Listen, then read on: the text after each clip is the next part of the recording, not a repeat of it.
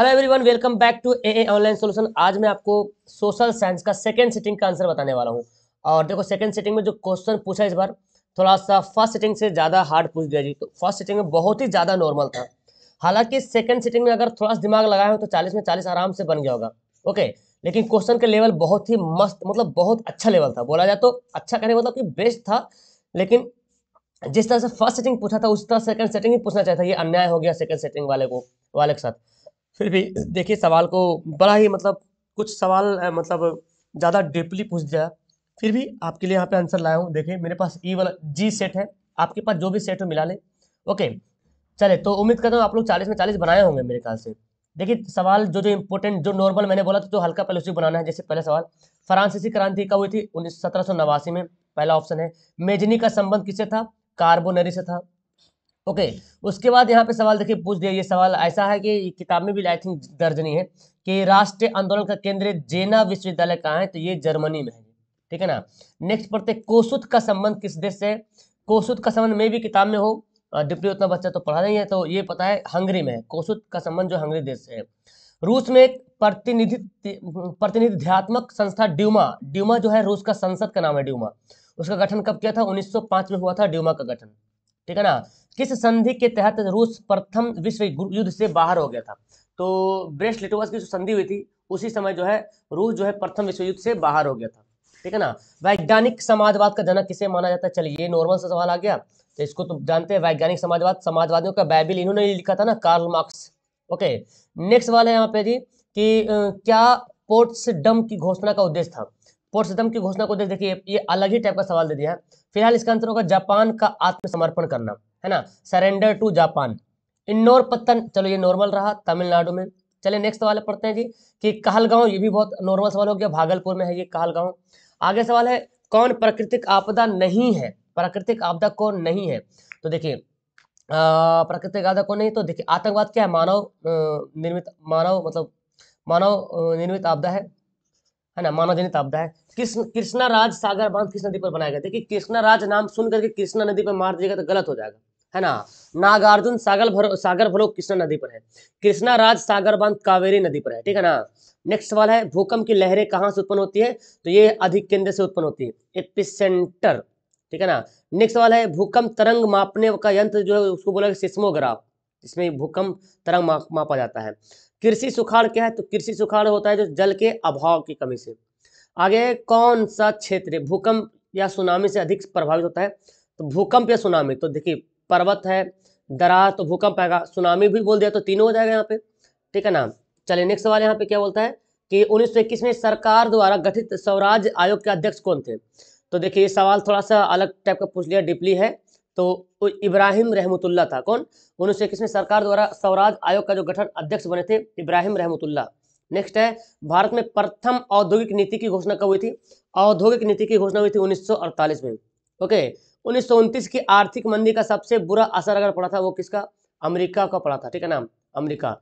Next यहाँ पे, युद्धोत्तर पुनर्निर्माण के लिए पैसे का इंतजाम करने हेतु किस संस्था का गठन किया गया है?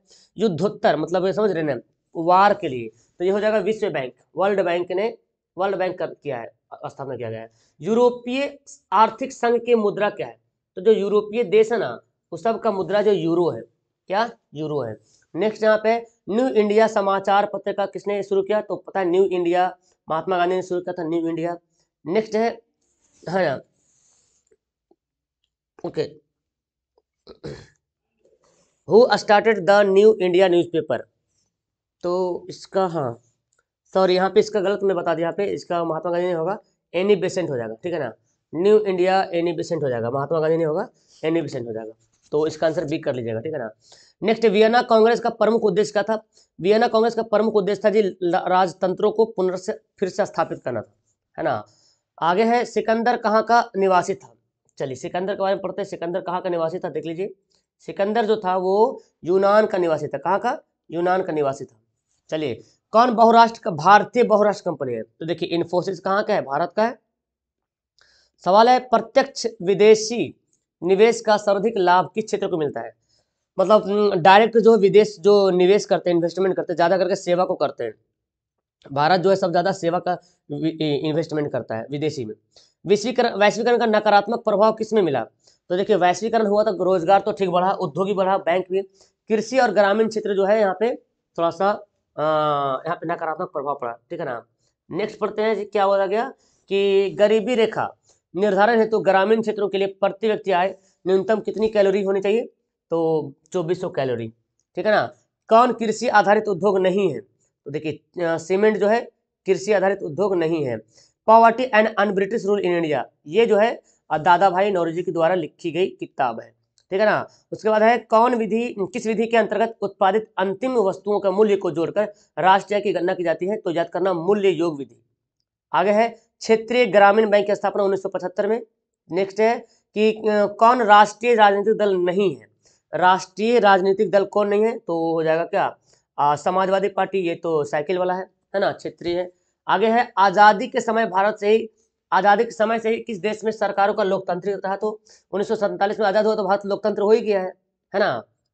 आगे सवाल बोलता क्या, किसने कहा धर्म को कभी भी राजनीति से अलग नहीं करना चाहिए? तो पढ़ चुके सवाल, महात्मा गांधी ने कहा था जी। नेक्स्ट है ताड़ी विरोधी आंदोलन कहाँ शुरू हुआ था? आंध्रा में हुआ था।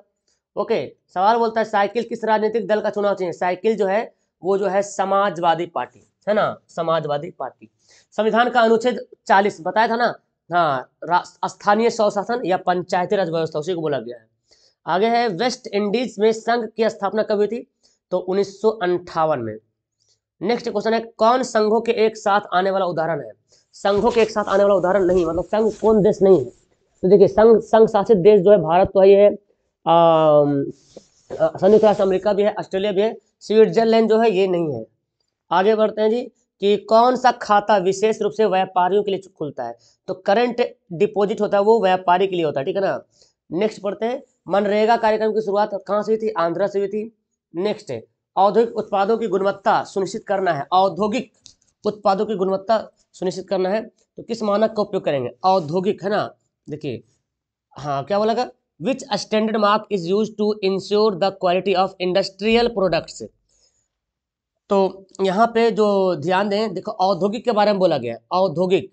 देखिए एक मार्क जो है कृषि वगैरह वाला है ना, खाद्य पदार्थ वगैरह है, और हॉलमार्क क्या है? हॉलमार्क आभूषण वाला है। औद्योगिक जो सामान वाना रहता है ना, औद्योगिक जो सामान रहता है, तो देखिए वो सब ISI मार्क रहता है, ठीक है ना।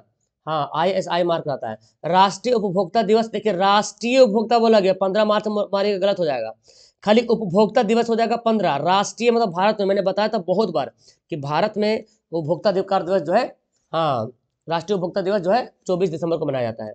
निर्यात संवर्धन क्षेत्र, है ना, क्या बोला गया, एक्सपोर्ट प्रमोशन जोन, इसका नाम बदल गया क्या? विशेष आर्थिक क्षेत्र नाम रख दिया है, special economic zone, ESEZ, special economic zone.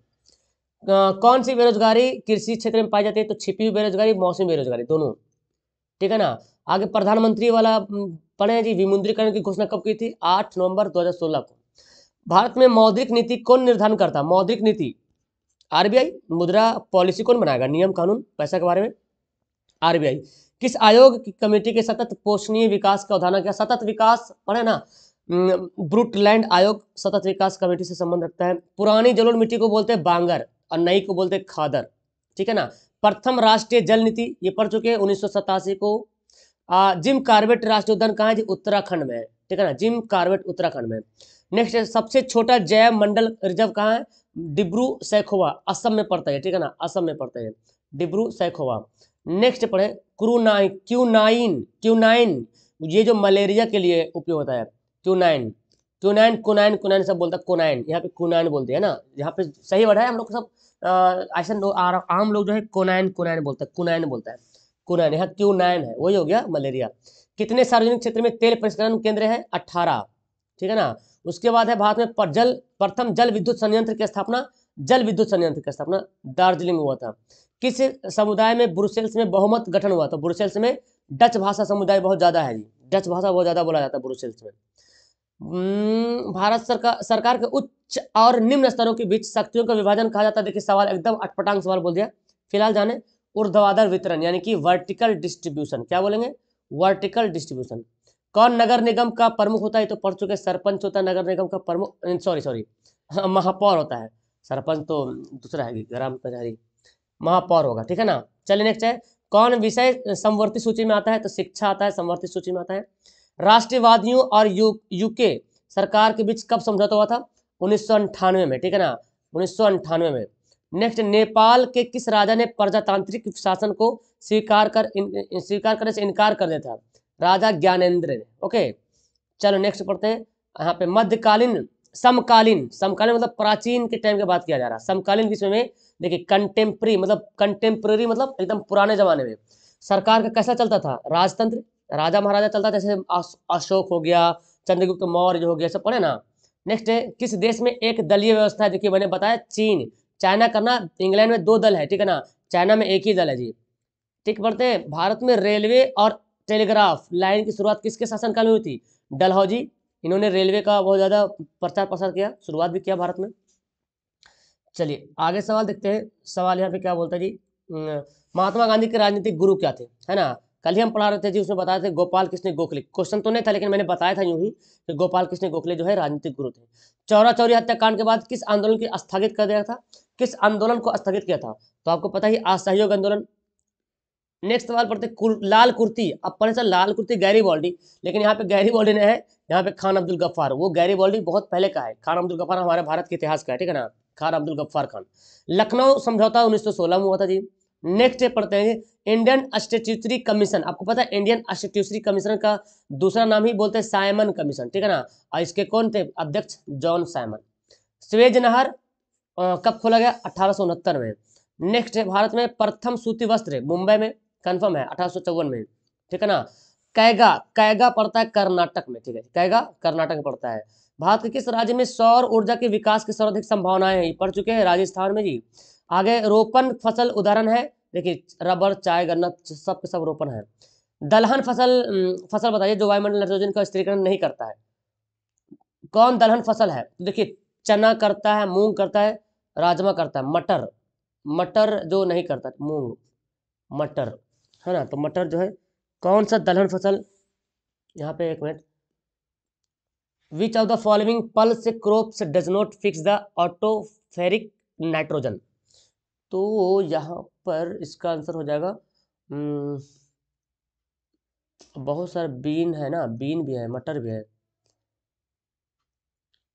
हाँ, राजमा, राजमा हो जाएगा जी, राजमा, राजमा। ओके, राजमा टिक करेंगे, राजमा, मटर नहीं, मटर करता है, राजमा, है ना, ऑप्शन नंबर डी। ये जो है नाइट्रोजनी का स्थिरीकरण नहीं करता है, ठीक है ना। भारत में बफर स्टॉक कौन बनाता है? भारतीय खाद्य निगम। ओके, नेक्स्ट है, इसको कहाँ है? बर्नपुर में है। ओके, बर्नपुर में है। आगे है मध्य रेलवे का मुख्यालय। देखो मैंने जब भी बताया रेलवे का मुख्यालय तो मैंने बताया उत्तरी रेलवे, दक्षिणी रेलवे, पूर्वी पश्चिमी, याद है ना आपको। अब मध्य रेलवे भी मैंने बताया तो 3 बार मुंबई को बोला गया मध्य रेलवे का मुख्यालय।